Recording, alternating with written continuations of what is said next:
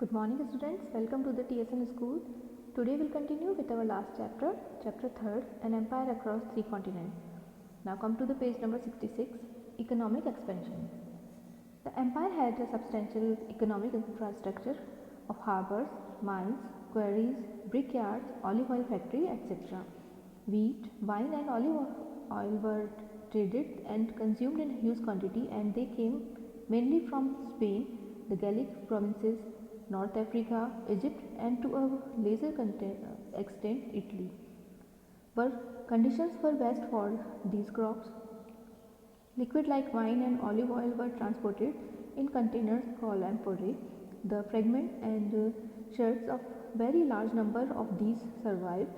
Monte Testaccio in Rome is said to contain the remains of over 50 million vessels, and it has been possible for archaeologists to reconstruct the precise shape of these containers, tell us what they carried, and say exactly where they were made by examining the clay content and matching the finds with clay with throughout the Mediterranean. तो जो Roman साम्राज्य था उसका जो infrastructure था economic यानी आर्थिक ढांचा जो था वो बहुत ही मजबूत था, क्योंकि उनकी वजह थी वहाँ पर हार्बर्स, माइंस, क्वारीज और जो ब्रिक यार्ड्स, उनकी वजह से बहुत ही मजबूत था उनका इंफ्रास्ट्रक्चर। और साथ ही वहाँ पर ऑलिव ऑयल फैक्ट्रीज भी थी।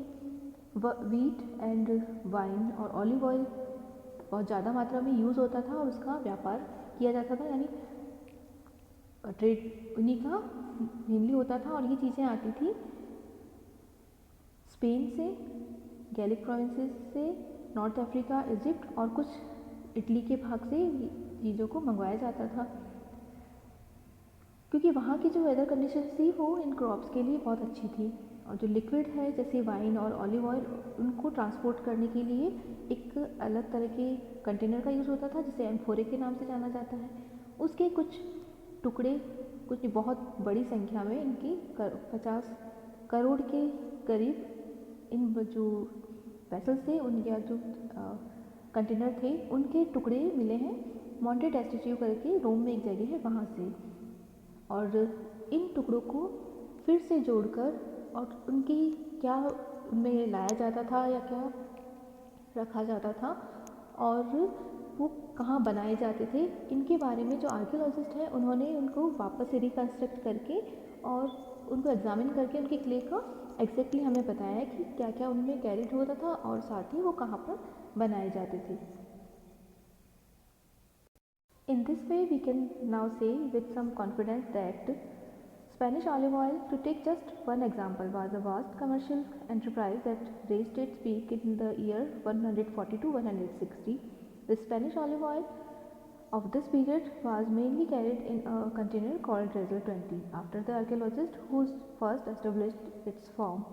If finds of Dresel 20 are widely scattered across sites in the Mediterranean, this suggested that Spanish olive oil circulated very widely indeed. By using such evidence, the remains of amphorae of different kinds and their distribution map, archaeologists are able to show that Spanish producers succeeded in capturing market for olive oil from their Italian counterparts. This would only have happened if Spanish producers supplied a better quality oil or lower prices.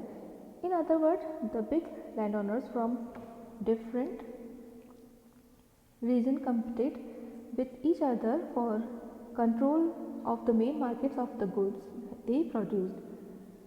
इस प्रकार हम कुछ विश्वास के साथ कह सकते हैं कि जो स्पेनिश ऑयल है उसका उदाहरण लेते हुए कि जो उसका व्यवसाय है स्पेनिश ऑलिव ऑयल का, वो अपनी पीक पर था ईयर 140 टू 160 के आसपास, क्योंकि इसका प्रोडक्ट जो ऑलिव ऑयल है उसको कैरी करने के लिए एक खास प्रकार के कंटेनर का यूज़ होता था जिसे ड्रेजल 20 के नाम से जानते हैं। और इसे बनाया था, ये इसके जो नाम मिला था उसको फर्स्ट आर्कियोलॉजिस्ट के नाम पर मिला जिन्होंने उसके शेप का निर्धारण किया था। इनका नाम था हेनरी ड्रेसल और उन्हीं के नाम पर इस कंटेनर का नाम रखा गया था। तो ये इसलिए हम कह सकते हैं क्योंकि जो ये कंटेनर है ड्रेसल 20, उसके टुकड़े या उसके पार्ट्स हमें कई जगहों से मिले हैं जो कि मेडिटेरेनियन के आसपास है, उसके कई स्थानों से ड्रेजल 20 के पार्ट्स मिले हैं, टुकड़े मिले हैं।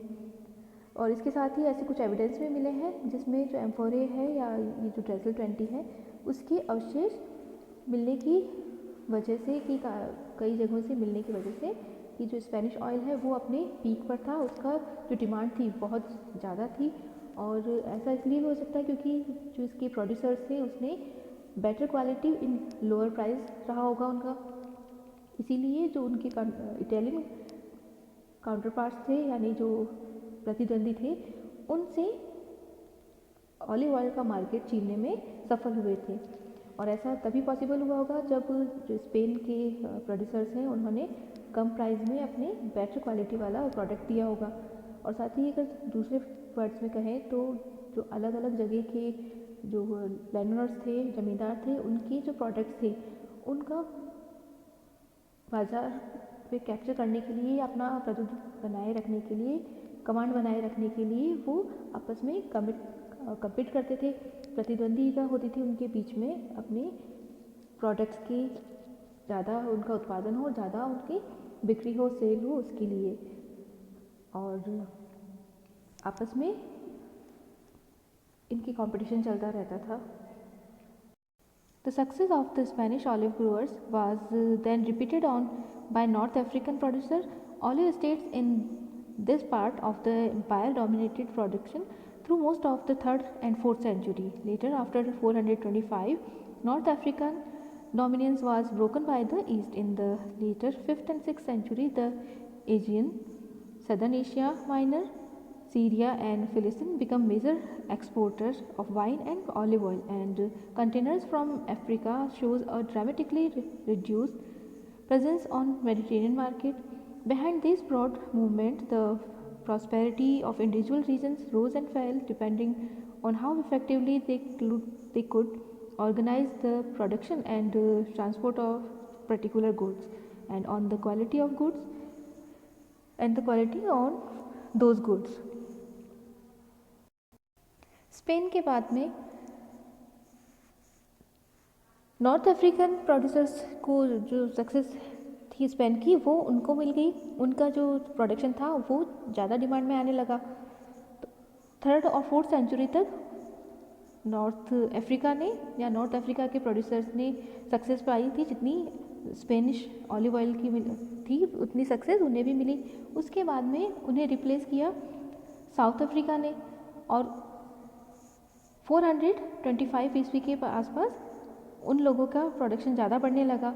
और इसी तरह से जो उनके प्रोडक्शन को या उनकी सक्सेस को रोक किया था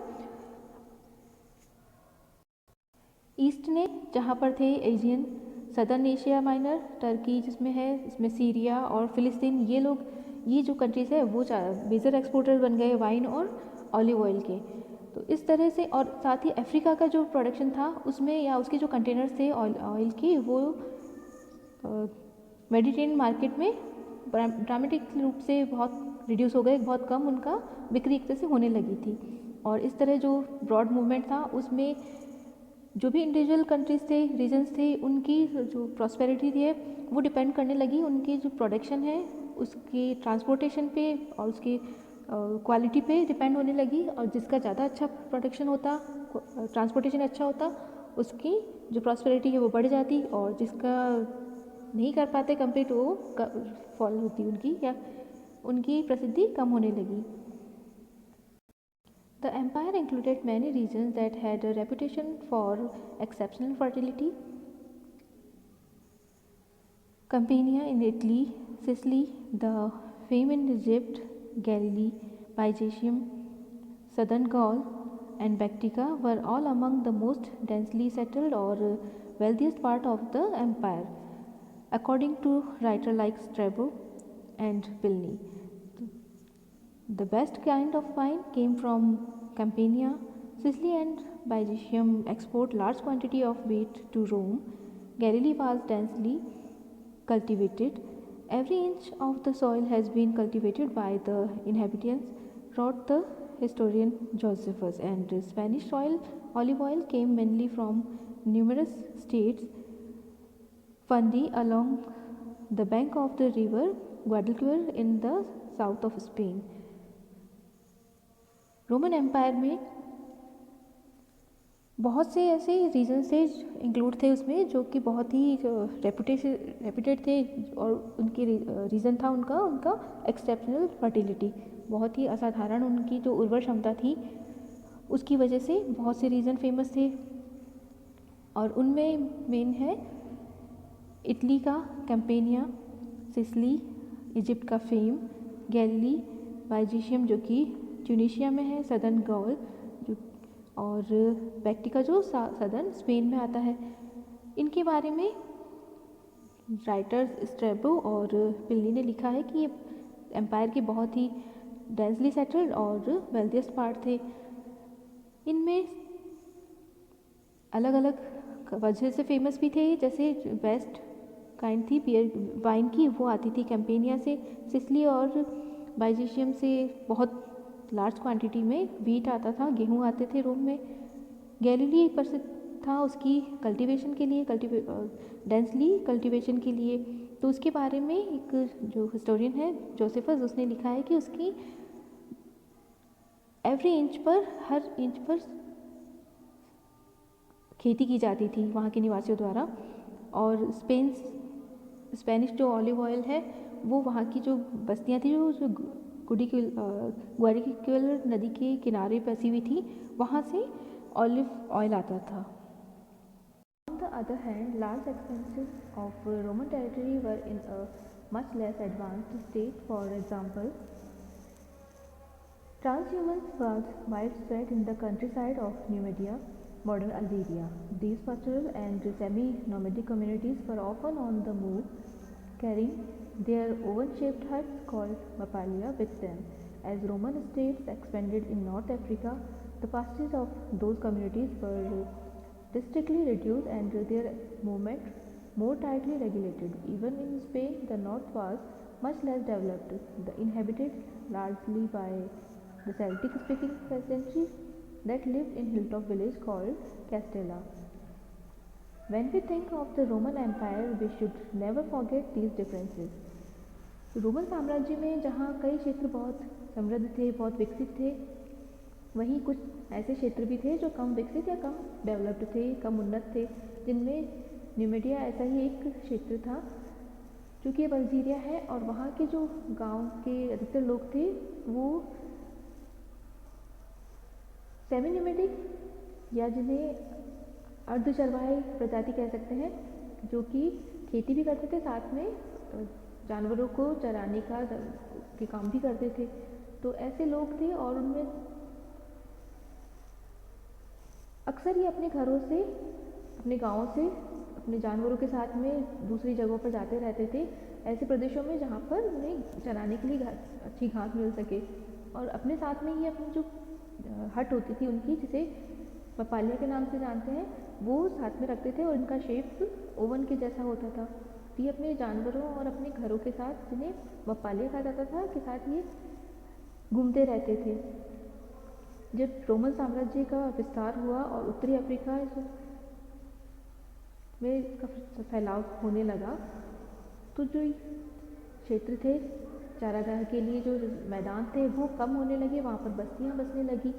इसकी वजह से उनका जो नोमैडिक थे उन लोग थे, उनका घूमना या उनका ज़्यादा क्षेत्रों में घूमना कम होने लगा, क्योंकि चारागाह कम हो गए थे और बहुत सीमित हो गया था इनका घूमना फिरना। साथ ही स्पेन जो दूसरा प्रदेश है, वहाँ पर भी बहुत कम विकास हुआ था। वहाँ के निवासी अधिकतर सेल्टिक भाषी लोग थे, जो या सेल्टिक भाषा बोलने वाले किसान थे, जो कि हिलटॉप विलेजेस में रहते थे। और उनमें से जो विलेज थे उनके, उसे कैस्टेला कहा जाता था। तो जब हम रोमन साम्राज्य के बारे में सोचते हैं तो हमें इस डिफरेंसेस को भी नहीं भूलना चाहिए, कहीं तो बहुत ज़्यादा विकास हुआ और कहीं बहुत ही कम विकास था। We should also be careful not to imagine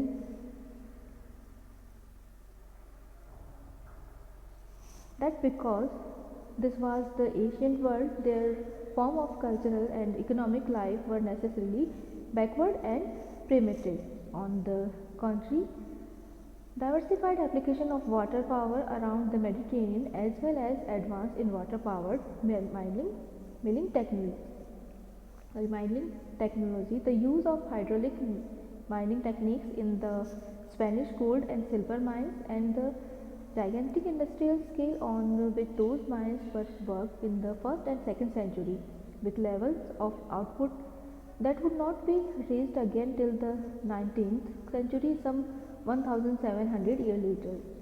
The extension of well-organized commercial and banking networks and the widespread use of money are all indications of how much we tend to underestimate of the sophistication of the Roman economy. These raises the issue of labor and of the use of slavery. तो अगर हम Roman साम्राज्य को प्राचीन शहर मान के या एशियन वर्ल्ड मान के कल्पना करते हैं या इमेजिन करते हैं कि वहाँ के लोगों की जो संस्कृति है और जो आर्थिक जीवन है वो भी पिछड़ा हुआ होगा, बैकवर्ड होगा, तो ऐसा बिल्कुल भी नहीं है, क्योंकि वहाँ के जो लोग थे उन्होंने वाटर पावर को यूज़ करना और डिफरेंट तरीके से डाइवर्सिफाइड रूप से उसको यूज़ करना सीख लिया था। और इसका वे यूज़ करते थे माइनिंग में, जैसे जो स्पेनिश गोल्ड और सिल्वर की माइंस थी वहाँ पर वाटर हाइड्रोलिक पावर से माइनिंग करना उन्होंने सीख लिया था। और इसमें सबसे ज़्यादा हेल्पफुल इनके लिए मेडिटेरेनियन सी था, क्योंकि वहाँ आसपास का एरिया पानी का एरिया था, इसलिए इनकी जो नॉलेज था बहुत अच्छा था इस फील्ड में। और उस समय में जो जिस लेवल पर माइनिंग हुई थी वैसी इतने सालों बाद भी 19th सेंचुरी तक भी इतने लार्ज स्केल पर माइनिंग का काम नहीं हुआ है, अराउंड 1700 ईयर बाद भी। साथ ही उनका जो कमर्शियल है या जो व्यापार है वेल ऑर्गेनाइज्ड था और उनका जो बैंकिंग नेटवर्क था वो भी बहुत ही व्यापक रूप से अच्छा था। साथ ही जो पैसों का यूज़ करना है या मनी का यूज़ करना भी उन्हें बहुत अच्छे से आता था। और ये चीज़ें हमें बताती है कि हम जो सोफिस्टिकेटेड रोमन एम्पायर है उसके बारे में हम कितना कम जानते हैं, कितना हमने उसको पिछड़ा हुआ मानने की गलती करते हैं हम उसे। और अब आगे इसमें जो लेबर इश्यूज़ है या फिर स्लेवरी का यूज़ है उसके बारे में देखते हैं।